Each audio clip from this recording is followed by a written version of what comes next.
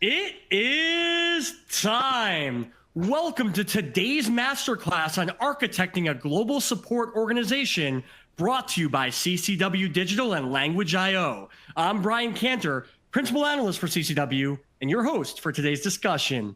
Whenever we talk about growth and expansion, we always discuss the impact on brand reputation and customer experience quality. To put it simply, can you be as customer-centric, as human-centric, as personalized in a big sea as you were in a smaller pond?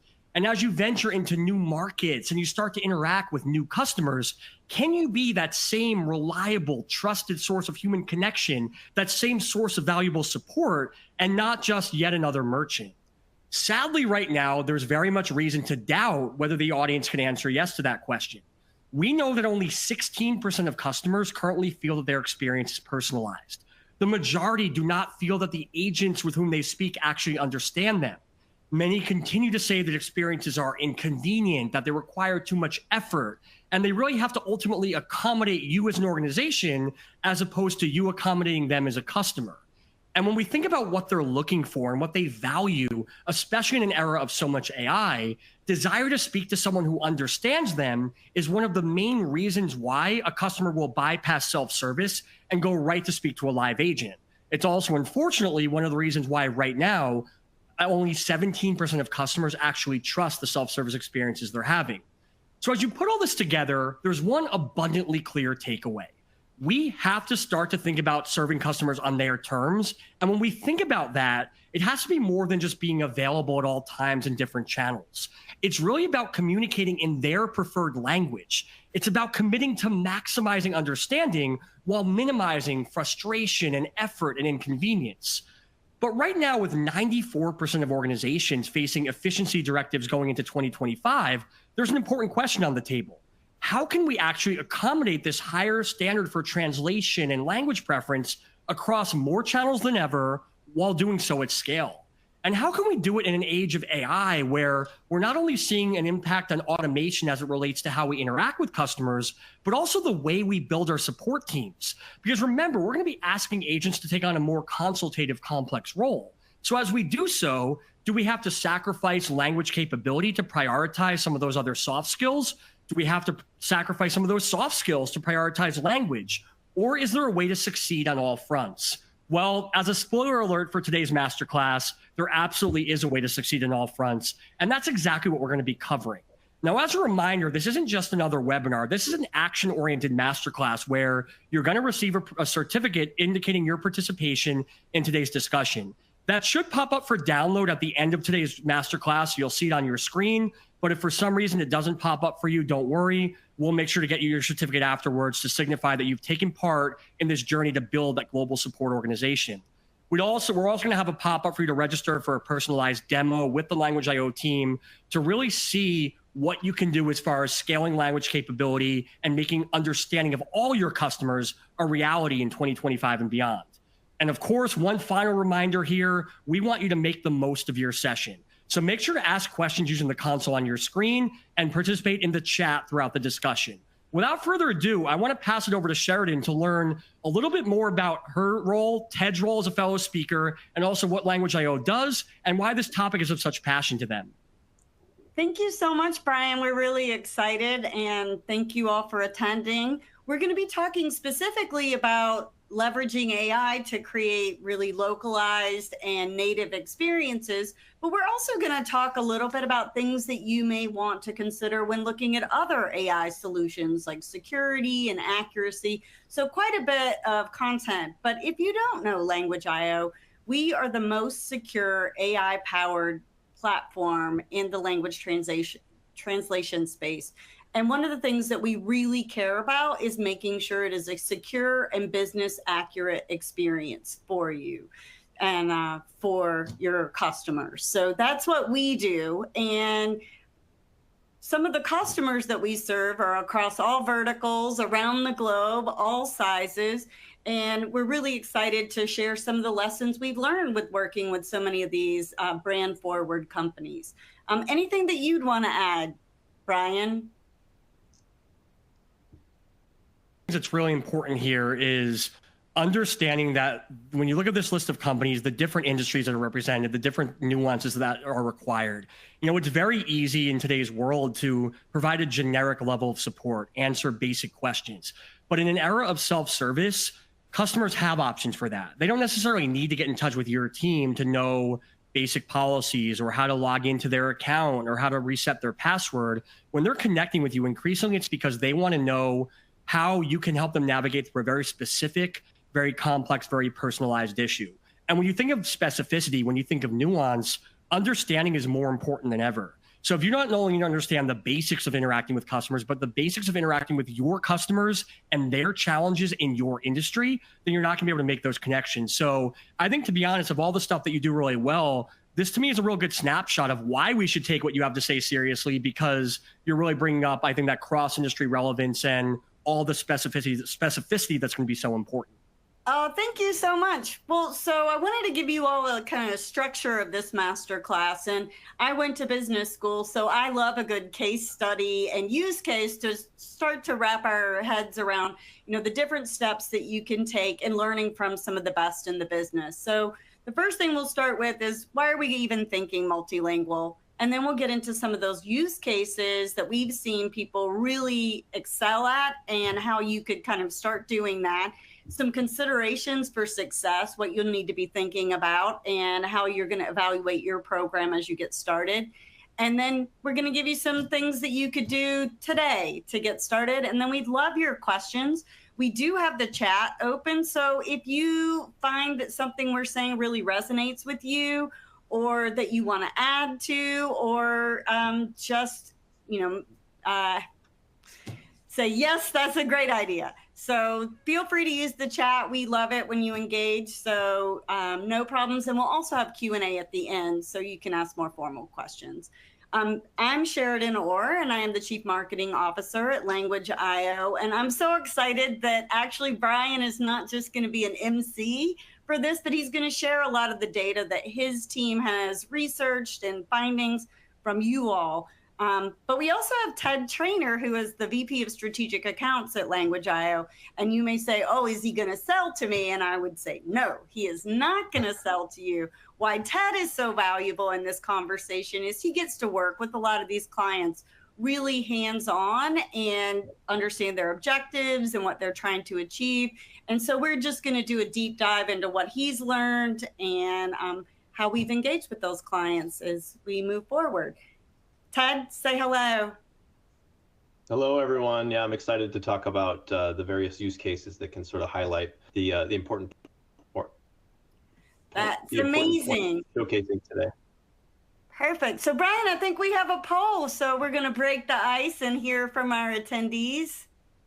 Yeah. So again, the premise of a masterclass is for this to be actionable. And so today, to be able to take action, we have to understand what you're trying to achieve and what challenges you're facing. And so for this poll question, we're asking, what are the biggest challenges to serving customers in their native language today? So you can see a variety of different options here. We'll give you a few moments to check any that apply to you.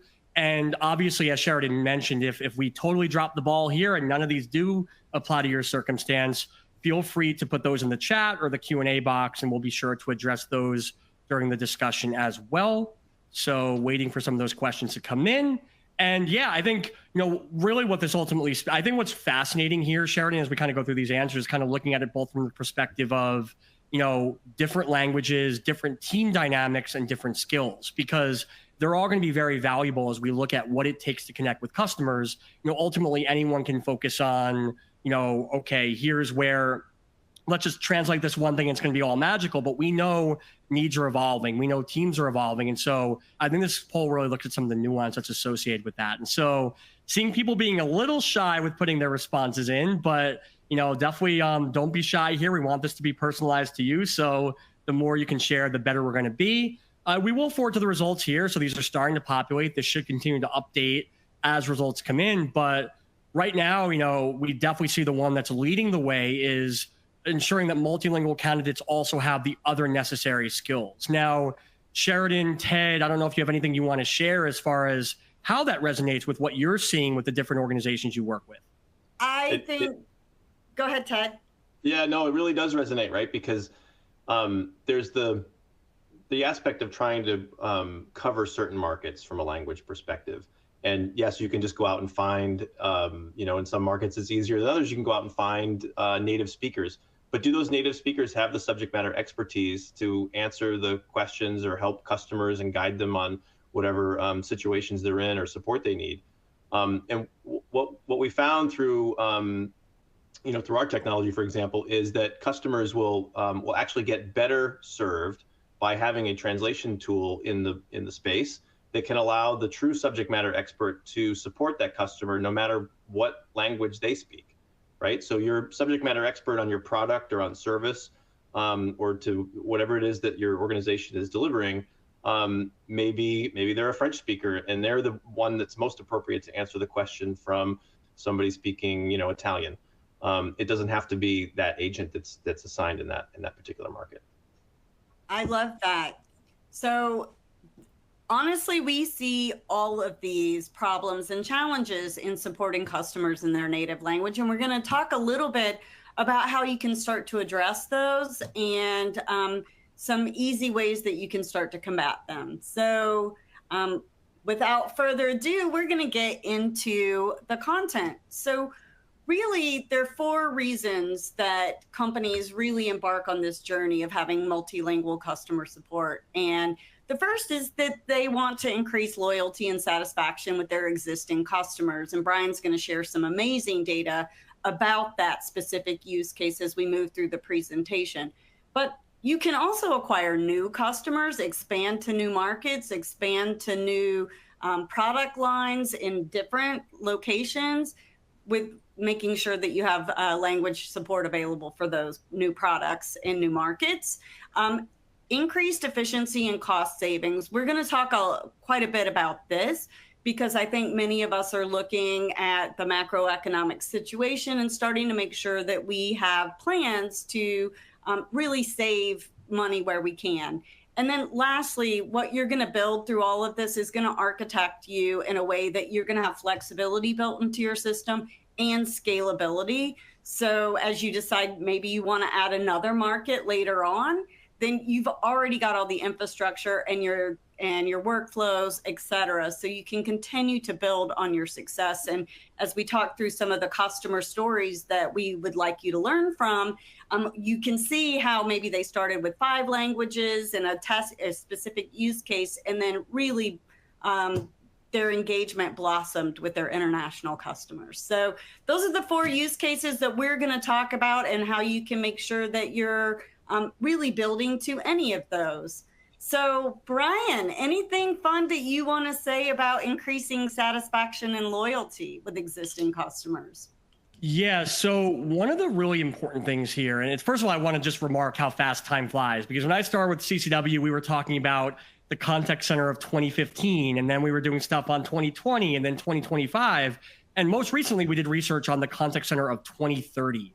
And actually 85% of organizations said that they're going to believe that the ability to serve customers in their natural language will become a high priority customer demand in the next 5 years. Now, 85%, that already should have you understanding the stakes here. But to go one step further, that means it actually outranked things like increasing personalization and reducing effort. Now, if you've been on any customer contact webinar, read any white paper, talked to any customer, you know how important things like reducing effort and increasing personalization are. And yet right now, the market is showing that they're seeing the ability to serve customers in their natural language as an even bigger priority, which again speaks to the potential ways you can build customer relationships and grow your business by being able to truly understand and accommodate their language. Now, just that there is an upside, there also is a downside to not acting. So one of the things that we found from our research actually is that 71% of organizations said they're okay right channeling customers based if their language capabilities require it. So let's say, for example, you don't feel confident serving someone in their natural language via email. You feel okay saying, sorry, we can't help you via email. You have to move to this other channel. Now, while that makes sense, like obviously you don't want to serve a customer if you can't even talk to them. The challenge with that is right now only 22% of customers are happy with their ability to decide where the interaction takes place. So right now, 4 in 5 customers dislike how brands are approaching channel offerings. And yet the majority of organizations say that they have no choice because they don't have language capabilities across the board. So you can see ultimately why you have a dilemma here where if you want to impress customers, you want to accommodate them, you want to be truly omni-channel in today's world, you can't let language be a barrier. You have to ensure that you are able to accommodate them wherever they want to interact. And then when you do so, echoing what Sheridan said, that's where you start to see increases in market size, increases in customer loyalty, increases in efficiency, and ultimately a better overall experience. That's excellent. So Ted, can you tell us a little bit about how Shutterstock embarked on their multilingual journey?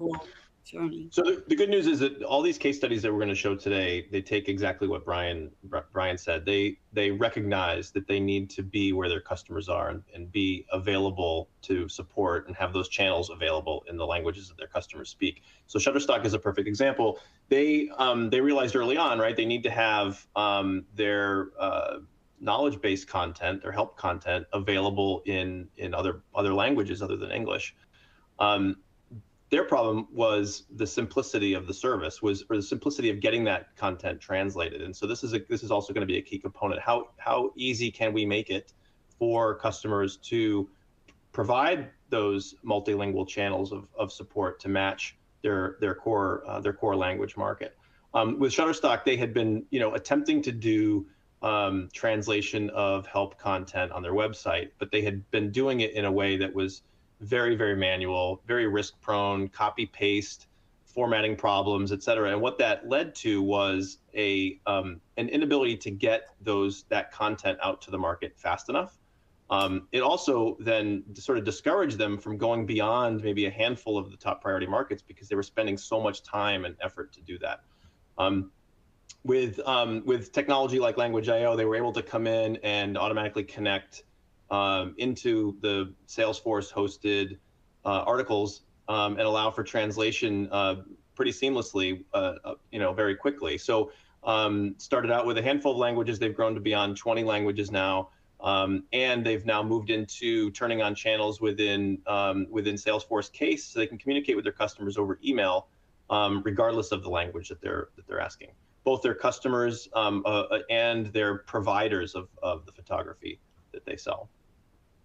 I love that, Ted, because that is one of the things that we know and love about Shutterstock is they have a two-sided marketplace. They have the creators that may be creating digital content all over the globe, and then also the consumers of those images. And so it's really important that they can bridge that gap.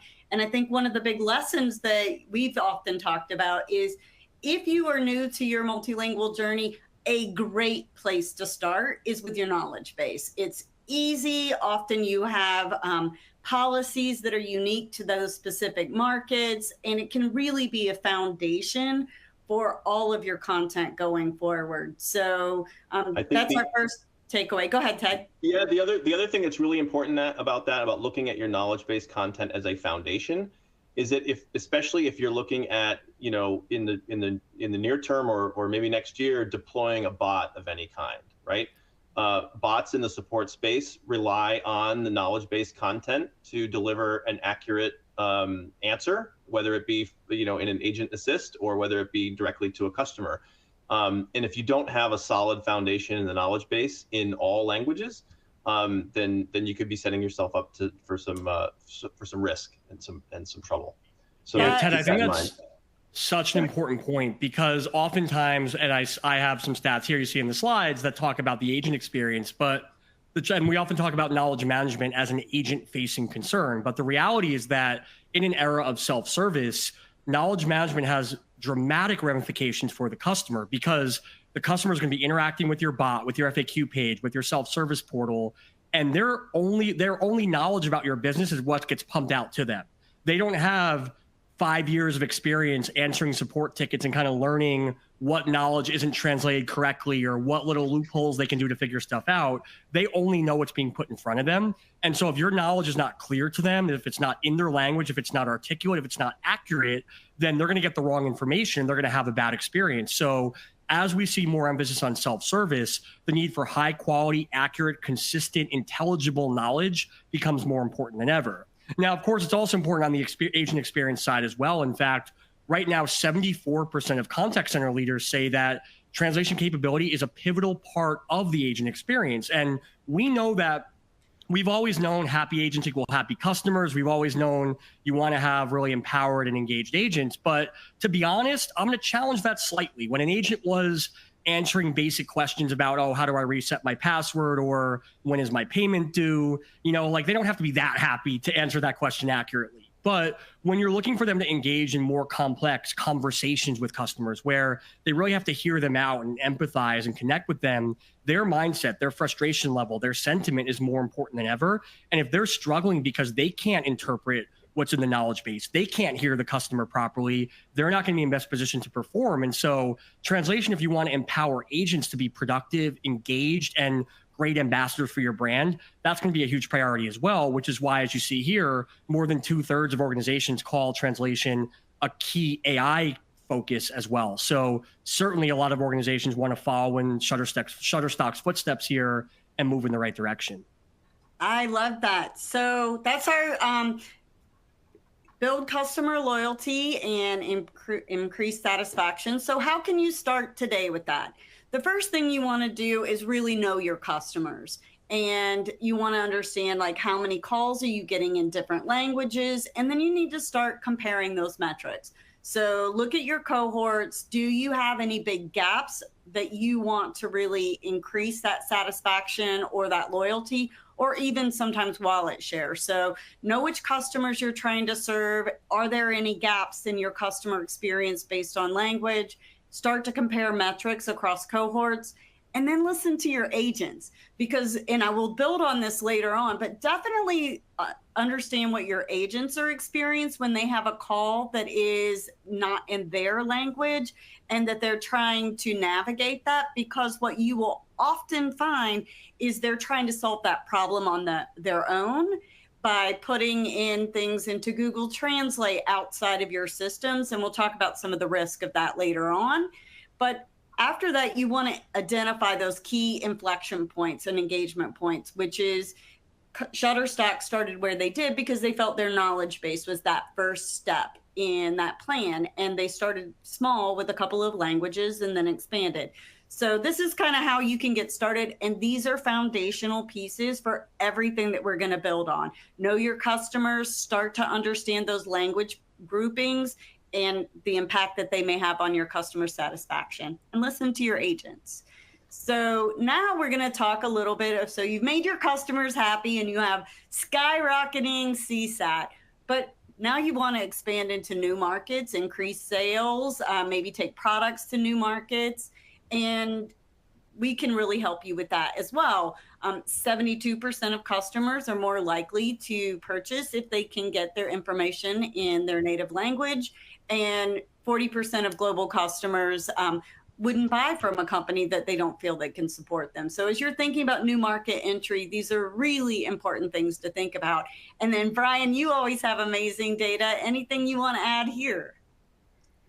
Yeah, so one of the key things that, right now, about 94% of contact centers, as I think I alluded to earlier, are facing efficiency pressure going into 2025. But the good news is that this is not all cut costs or do more with less. A lot of it is actually do more for less. And so ultimately the idea is they want to have responsible growth, and they want to make sure that as they grow, they're not creating undue risk. They're not risking losing their way as a brand. They're not risking damaging their existing customer relationships. And so ultimately, therefore, that's going to be really key. Now, another key thing is, as they look ahead, 76% of contact center leaders say that it is imperative to adapt their strategy to a changing customer base, which means that what works for you today, the languages you speak, the channels you serve, the policies that you enforce, the typical contact center leader acknowledges that may not work for tomorrow's customers. And so a key part of growing responsibly and generating more revenue and increasing lifetime value is recognizing we have to adapt. We have to honor who customers are, and we have to be who they need us to be, not who we wish they would take and tolerate. And so translation plays a huge role in that, and really being able to reach customers in new markets, reach new demographics, and just elevate relationships from someone you buy from to someone you trust and believe in. I love that. And I can't wait for you all to hear this story from Ted.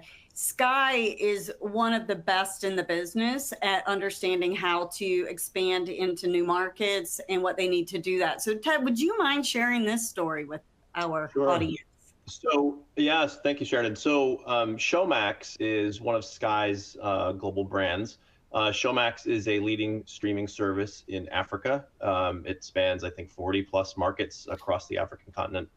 And they've been around for about a decade. But recently, Sky has gone on an initiative to to win more subscribers, to expand market share within the African continent. And take away share from Netflix, which was the previous leader. And as part of that plan, they did just what you were talking about, Brian. Right? They looked at the market, who their customers were, and they adapted their approach to customer engagement and customer support to ensure that they're covering as many languages, local languages, as possible. The Showmax brand, just maybe a bit of background. The Showmax streaming platform is a unique combination of locally produced African content, as well as sort of more international, scripted series, popular movies. There's a lot of children's programming and even some sports, international sports. So they're bringing in a global platform of content and a local platform of content to a very specific African market. So in order to do that, they looked at using technology to cover these languages. They had agents that were in a contact center that maybe spoke French and some Portuguese and obviously English, but they needed to go deeper. And they used Language.io in this case to cover more languages. Again, starting out slow, a handful of languages, and now they're up to 20 different language pairs that's enabled them to be really local in their support coverage.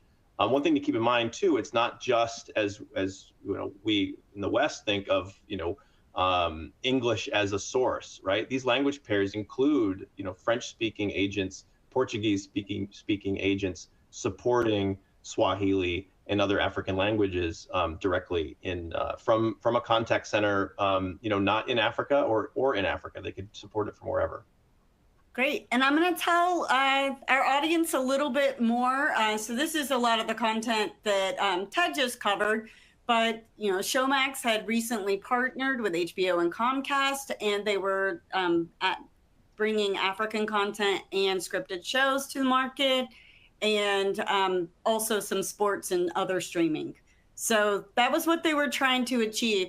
Africa is a fascinating market. As a marketer, I just find it really unique, but it is a very young continent in all of the countries. So the median age in Africa is 19.7 years, which is the youngest of any continent.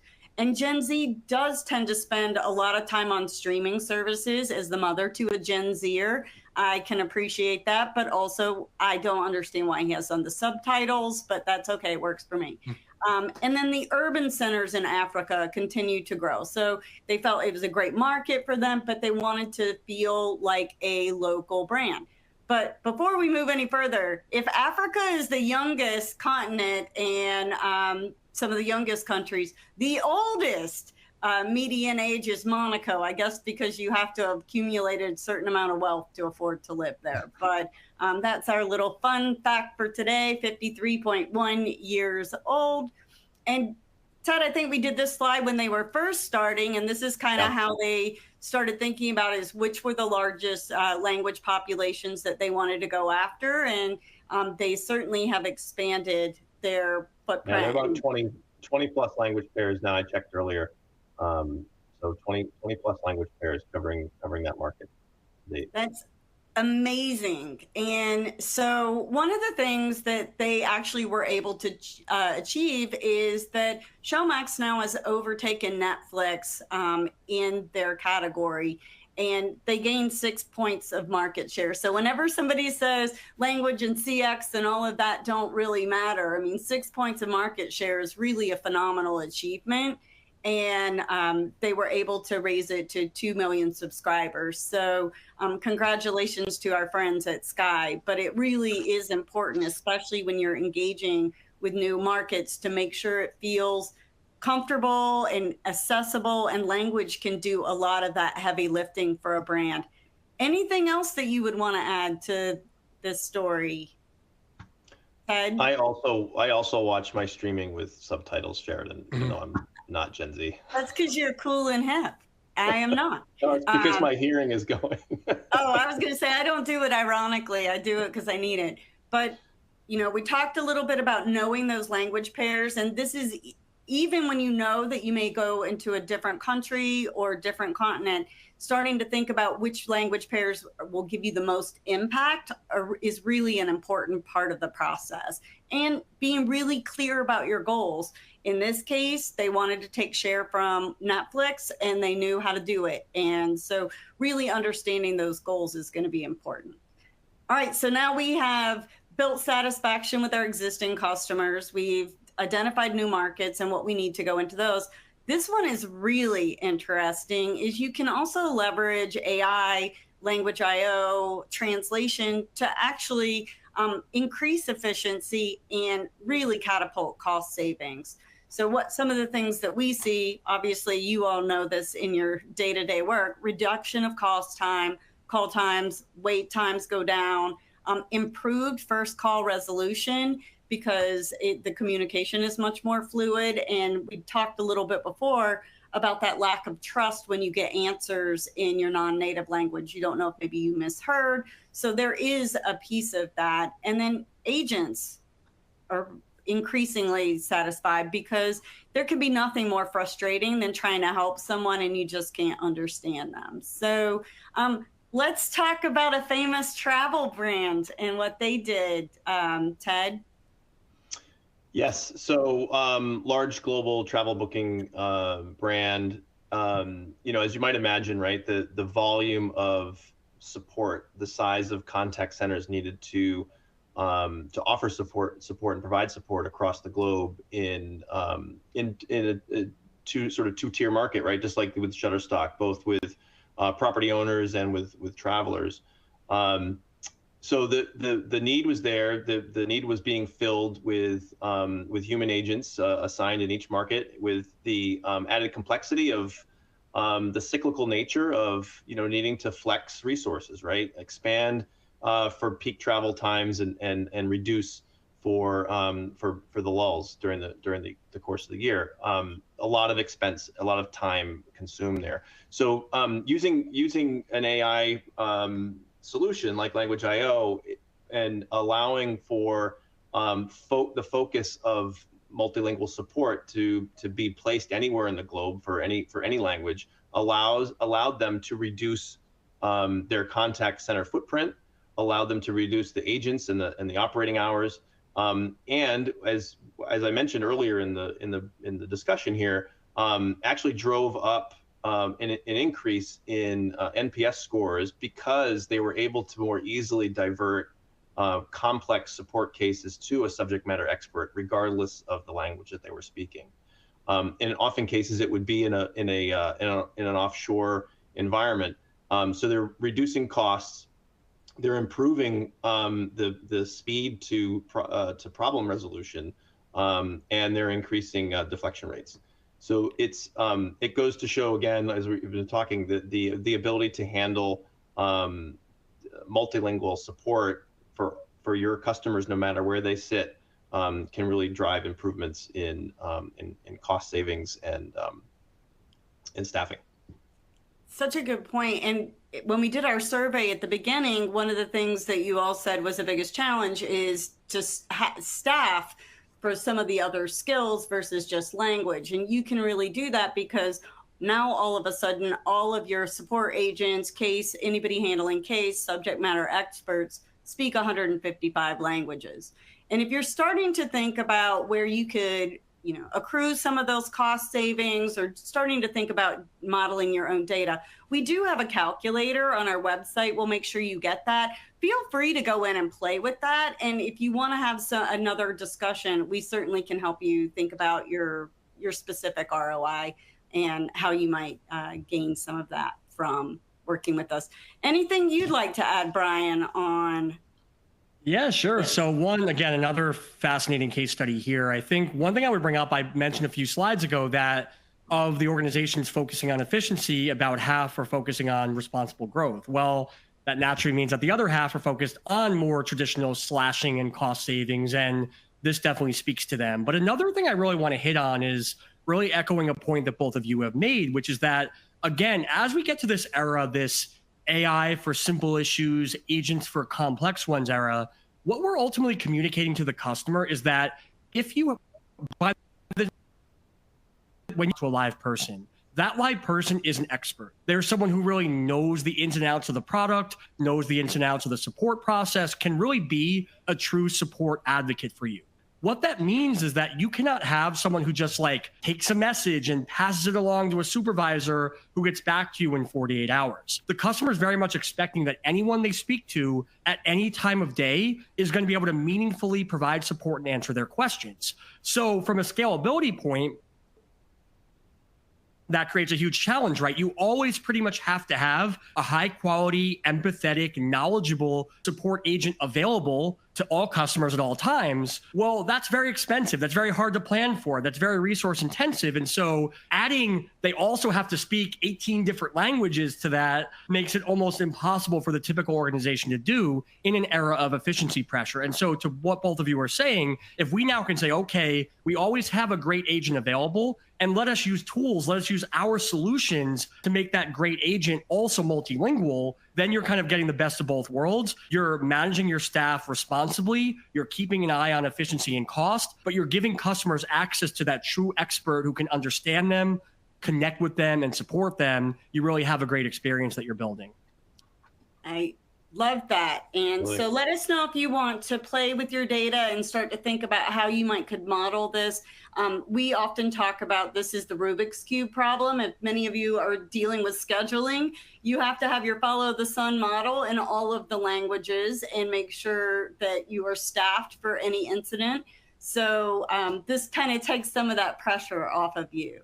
So let's talk about making sure you build that organization for scale and flexibility. So you've got great customer satisfaction, you've expanded to new markets, and you've also started thinking about where you can take some cost out of your business. But now you're going to architect for flexibility. I love this Harvard Business Review study is that we found that turnover for multilingual support agents is around 45%, which is not wildly different from what we see for non-multilingual agents. And we know how much effort we spend to train and recruit them, but it actually is harder because now you need somebody with all of the soft skills that you have and the knowledge, but that also can speak French. And not only do they speak French, they speak Quebecois, so they can support Quebec.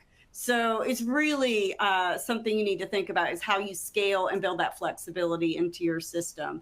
So we have another amazing case study for you on some of the critical considerations. But before we go into that, context and making sure that answers are business accurate is really important as we're building your system. So for instance, this is my Apple Pencil isn't working and I can't figure out please help me. So we have an abbreviation. We have a typo because we've got my phone is kerned together. And then we have personal information that we probably don't want to go out on the web.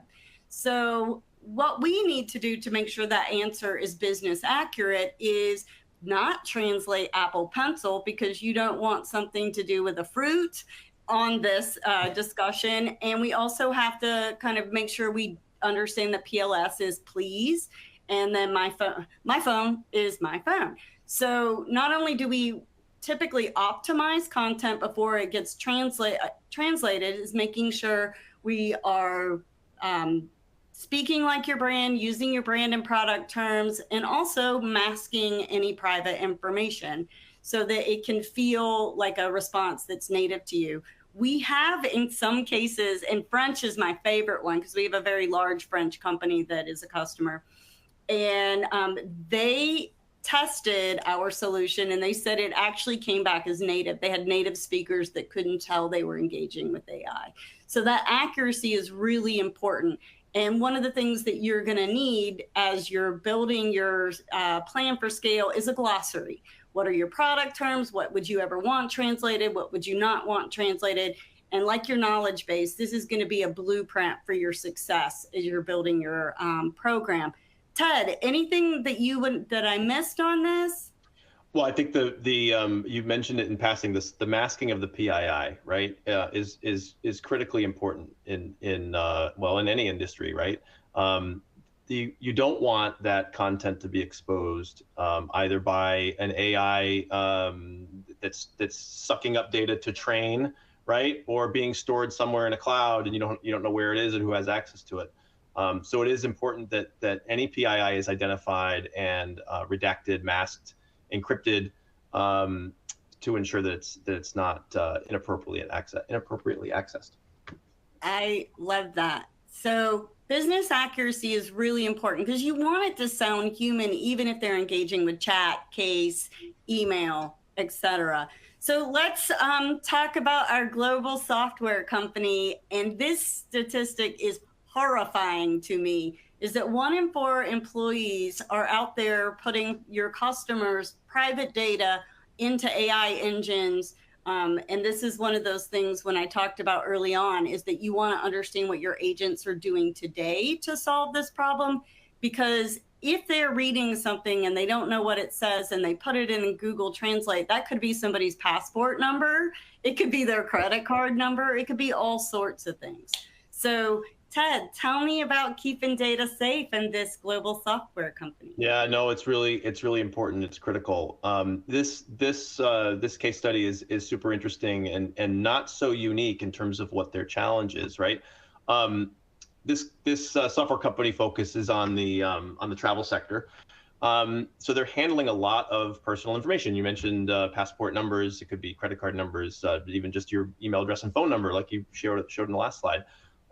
And what they realize is somebody in leadership realized, we have these different channels set up for translation, and there's security that's built in there. But what about the rest of the organization? An employee in finance or an employee in a support function role that gets an email that's in a different language. They need to understand what it is. What's the default process for that? I think just as a consumer, right? The default process is you go to Google Translate, you copy and paste, and you get the translation.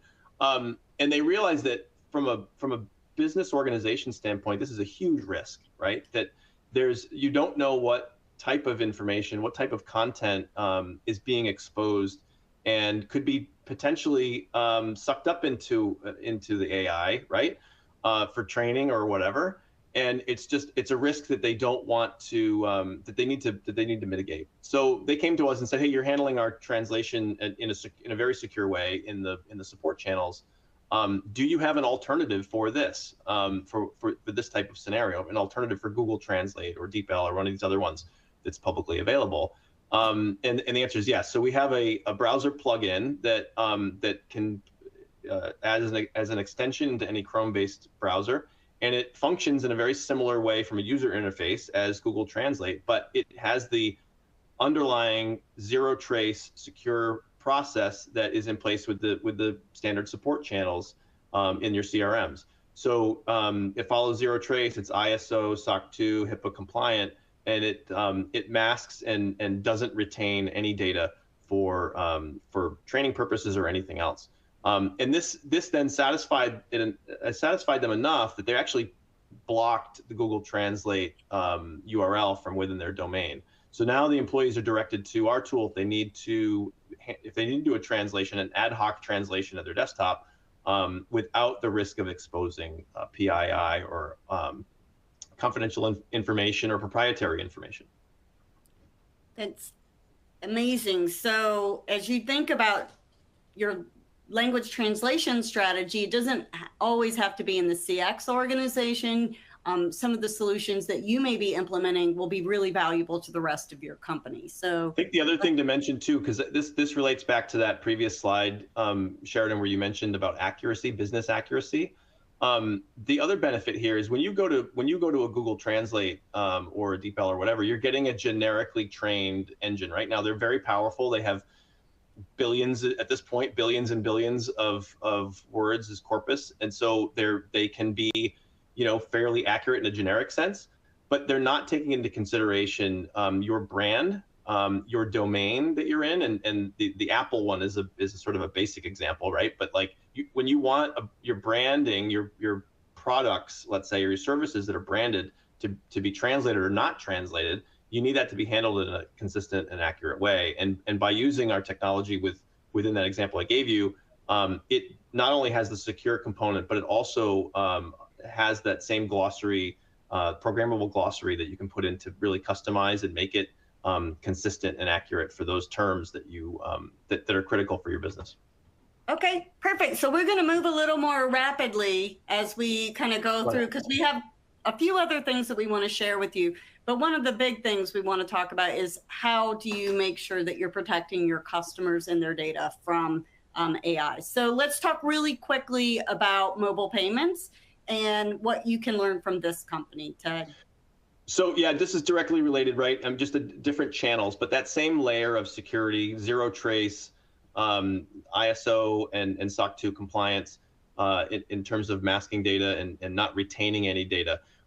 Critically important for any kind of application where money is being transacted and discussed, right?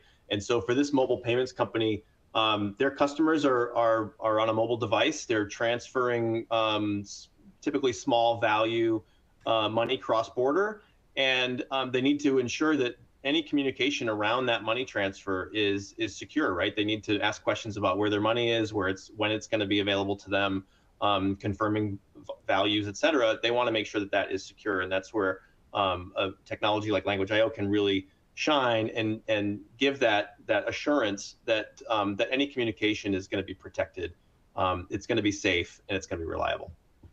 Yeah, this company does massive marketing campaigns all over the globe. And so they probably spend millions and millions of dollars to attract new customers. But one data breach could undermine all of that, because 83% of consumers say, hey, you've not been careful with my data. I can't trust you with anything else. So it's really important as you're thinking about financial transactions, and we'll give you some questions to ask vendors. This case study is really important, I think, because not only sometimes do you have somebody's data and personal information you're trying to protect, or their financial transactions, but in this case, it could be literally someone's life. So can we talk a little bit about Rainbow Railroad, Ted? Yes. So Rainbow Railroad is a global nonprofit that helps at-risk LGBTQI plus people escape situations that are dangerous, right? Often state-sponsored persecution, needing to get out of a situation that is really life or death in some cases. And originally they've been, covering the languages they could, English and Spanish, and needed to expand rapidly as they saw an increase in the need for their service. And so they came to us for allowing them to expand beyond those core languages quickly and rapidly. And this slide's actually outdated at this point. We're now at 10 plus language pairs for Rainbow Railroad, and they've been working with us now for a number of years. But it's a really important mission that they have, and we're really honored to be a part of that, and help this organization help their people get to where they need to be and safely. Thank you so much. I hate to cut this one short because it's so important. But as you're thinking about architecting your experience and leveraging AI, and this is not just a language translation AI thing that you need to think about, your data and your customers need to be protected. And you certainly don't want, as Ted said, that data or anything that somebody puts in to be sucked up into a model and ultimately regurgitated in a way that you don't expect. So here are some questions that you should ask all vendors about security in your data. We do have a one-pager that we will include if you ever are evaluating vendors. It's so great. But certainly what they're doing with your data, how they're retaining is going to be really important. And then how do they make sure that you're aware of any sort of data breach? But let me know if you need this, because I really found it to be a valuable resource. And one of the cool things is not only is security an important part of AI, but ethics are important as you're thinking about training them. And our CEO, Heather Shoemaker, if you ever get a chance to hear her speak about AI, she's really amazing and one of the foremost thought leaders in this space. But she recently was in Fortune magazine talking about making sure that gender bias was not being reflected in AI. And our red team, which is a team that tests for those things, really takes an active interest in making sure that we're treating all humans with respect and as we're architecting our systems. So, Brian, anything you would add to any of those about data security before we kind of wrap it up and give our audience a chance to ask us questions? Well, yeah, just that, as I think many people know, this isn't just like a vendor-driven part of the conversation. It's what we're hearing from the actual community, that the overwhelming majority of people cite, overwhelming majority of contact center leaders, in fact, cite data security challenges as one of the major inhibitors to personal connections and one of the major roadblocks for AI investments.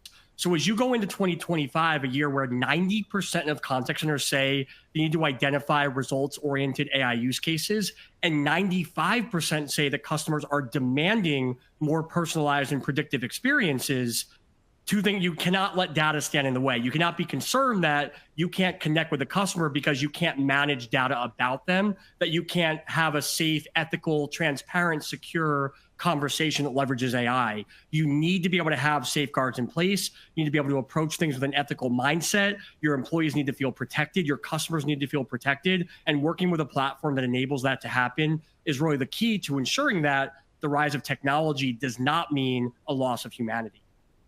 That's such a good point. And I don't know if many of you remember the early aughts in 2000s or Y2K. One of my favorite books was Good to Great by Jim Collins. If you haven't read that book, definitely go read it. It's probably a little dated now. It's probably worth an update. But one of the things that he talks extensively about is technology as a differentiator. And his premise of the book is to take two companies in very, very similar industries, almost identical, and see what made one become a great company and one just was a good company. And that adoption of technology is a really important part of it. And I think AI is going to revolutionize really our customer experience in ways that we can't even fathom right now. So what can you do today with those big things ahead of you and lots of opportunity is really focus on your business objectives, know what you're trying to achieve. And you can do a hybrid of all three of these use cases that we talked about, but really knowing what's the most important for you is going to help you architect a plan that is going to be most successful. Data is your friend. The more data that you can get about your customers, what language they speak, sometimes they actually will change languages in a conversation. So if it starts out easy, they can manage that conversation. If it gets more technical, they may need to revert to their native language. So you need something that can switch with them. So really understanding the types of cases you have and where your biggest opportunities are. And then start to build your plan and think about, like, what do you want to achieve? And it's like a roadmap. It's not all going to be done at one time, but where can you make differences today? And experimentation is really a key. One of our customers, actually, as we talked a little bit, you could start with a couple of different languages. You could start with maybe some product lines or certain pockets of your customer support team. Ted, we have our favorite use case about somebody using testing us with their worst performing agents, because we actually optimize a lot of the conversation. And Ted, you want to say a little bit more about that before we go to questions? So be typing your questions while Ted gives you the It's interesting, right? We do get customers that do different things in terms of their experimenting. But one customer in particular said, "Look, we're gonna only deploy this at first to our lowest performing agents based on, their metrics, right? Time to close and et cetera." And they did find an improvement. They found an improvement in turnaround time on responses, on the shortened time frame to close the ticket, right? Higher customer satisfaction. So much so that then the question becomes, for some of this AI enabled technology that we have for the text normalization, right? Fixing typos and understanding slang. Can you do this in a monolingual setting? Can you do this in English only, for example, right? Can we apply some of that AI technology to our English speakers speaking with English customers? And it's a real challenge, right? I think that we're all human and we're fallible, so we need the technology to help us sometimes in getting the message across in a more succinct, efficient, and accurate manner. Wonderful. And I think we have some questions from our friends. So I did say we are going to share the slides with you, and we'll share some of the content we talked about. And my book is Good to Great by Jim Collins, and I certainly will put that into the chat. So our friend Mark, when using Language IO to translate, how local does the language sound to the customer? We find the challenges in ensuring the customer understands what's being said to them and cannot tell that the customer lives locally. We have done several experiments. I'll let Ted answer this in depth, where even in the case I used in France, they thought it was a native speaker engaging with them. But Ted, anything that you'd add to that? Well, I think part of it has to do with the setup, right? There's the high quality output of the underlying machine translation, where the technology, and not to get too into the weeds, but the technology will intelligently select the right translation engine to handle that particular language pair that's being served up. So you have the right engine for the language pair, but also the setup that involves populating that with your setup with glossaries, right? I mentioned that terminology for your brand, for your business, and for your domain, the domain that you're operating in, will ensure that you have a more consistent approach to translation, a more fluid language coming across that will be better understood by your customers. We have the option to turn on a disclaimer that says, this chat is being handled by AI, or this chat is being handled by a translation tool. You can customize it. I would tell you most customers do not turn that on because exactly what you asked. Their goal is, and what they achieve is to have a communication between customer and agent that is seamless and not obvious that it's a translation. The other thing is, as we're going, your agents are giving us feedback on the quality of the translations, and we continue to learn and get better and better. So that makes the difference too. Ryan, I love your question too. The knowledge base. If you start with the knowledge base, Ted, and you're using machine translation only, lots of times there's schematics, et cetera, other images in these knowledge articles. How do we handle those today? Yeah. So first of all, because there was another question that came in on the other channel that had that's asked about knowledge base. Can knowledge base be machine translation only? I think it was something like that.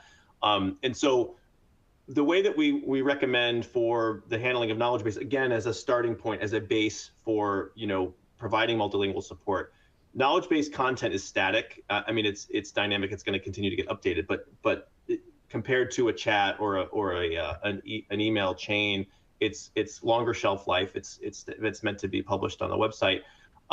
You want that to be the highest quality possible. And because it's serving as a base for what you might do in the future, again with bots or whatever, you want to make sure that it's a high quality. So we would recommend, and most customers do this, is machine translation followed by a human linguist post edit. So that output will then be edited to make sure that it's 100% accurate. As far as images in the knowledge base go, there are different things that you can do, and images sort of fall within a spectrum, right? If the image contains text that's editable, certainly it could be translated through that process. If an image is something of a UI, let's say a help desk, a help article that's talking about a software product, a lot of the images in there will be of a UI and how to click through different menus, et cetera. You'd have to take screenshots of those UI elements, right? You wouldn't localize them if the UI itself is not localized. So you have to kind of keep that in mind. So it depends, right? We would recommend localizing as much as possible, but it also depends on what that base image is and what it's referring to, and is it appropriate to have that translated. Well, I think we're at the top of the hour. It's been so much fun having this conversation with you, Brian, and certainly Ted. Thank you so much for joining us, and we look forward to hearing more. If you have any questions, feedback, feel free to send us an email. We'll happily answer. I know Brian does quite a few of these. You wouldn't want to miss a Brian webinar or masterclass. And we'd love to connect with you, and let me know if you need any information from what we've already talked about. And have a wonderful day, and thank you for spending this time with us. And don't forget to get your certificate. So I'll quit talking so you could get it. Yep. Brian, Yeah. Thanks a lot, Sheridan. Thanks, Brian.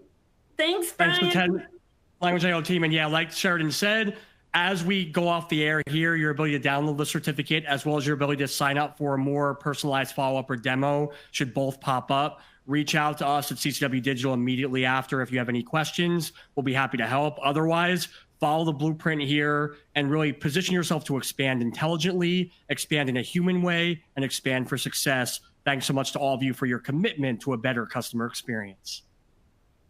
Thank you. Thanks, Brian. Bye.